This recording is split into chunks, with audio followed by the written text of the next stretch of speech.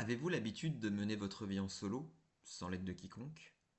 Ou êtes-vous plutôt du genre à demander conseil, voire même de tergiverser avant de passer à l'action? Écoutez cette histoire dans l'Ancien Testament qui traite de l'importance de faire les bons choix. Le roi David consulta l'Éternel en disant: Dois-je monter contre les Philistins? Les livreras-tu entre mes mains? Et l'Éternel dit à David: Monte, car je livrerai les Philistins entre tes mains. David vint à Baal-Pératsim, où il les battit. Puis il dit: L'Éternel a dispersé mes ennemis devant moi comme de l'eau qui coule. Les Philistins montèrent de nouveau pour attaquer et se déployèrent dans la vallée des Réphaïm. David consulta l'Éternel, et l'Éternel dit: Tu ne monteras pas, contourne-les par derrière, et tu arriveras sur eux vis-à-vis des mûriers. Quand tu entendras un bruit de pas dans les cimes des mûriers, alors dépêche-toi, car c'est l'Éternel qui marche devant toi pour battre l'armée des Philistins.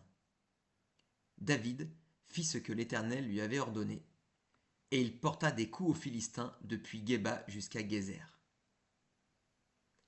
Il y a deux clés à tirer de ce passage. La première, c'est que David a consulté Dieu à chaque fois devant la situation affrontée.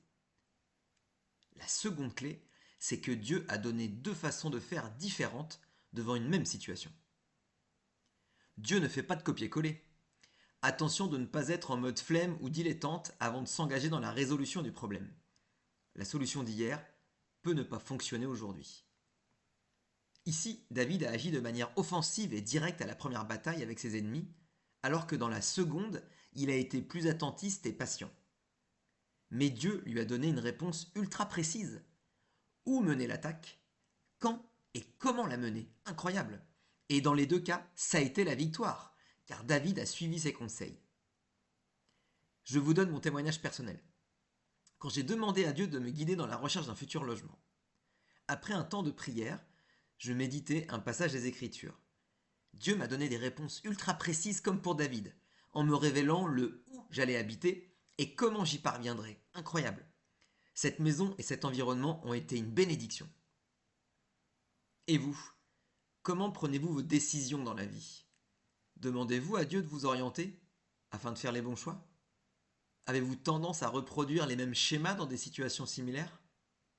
N'oubliez pas qu'une clé pour connaître la direction à prendre dans vos projets est l'intimité avec Dieu.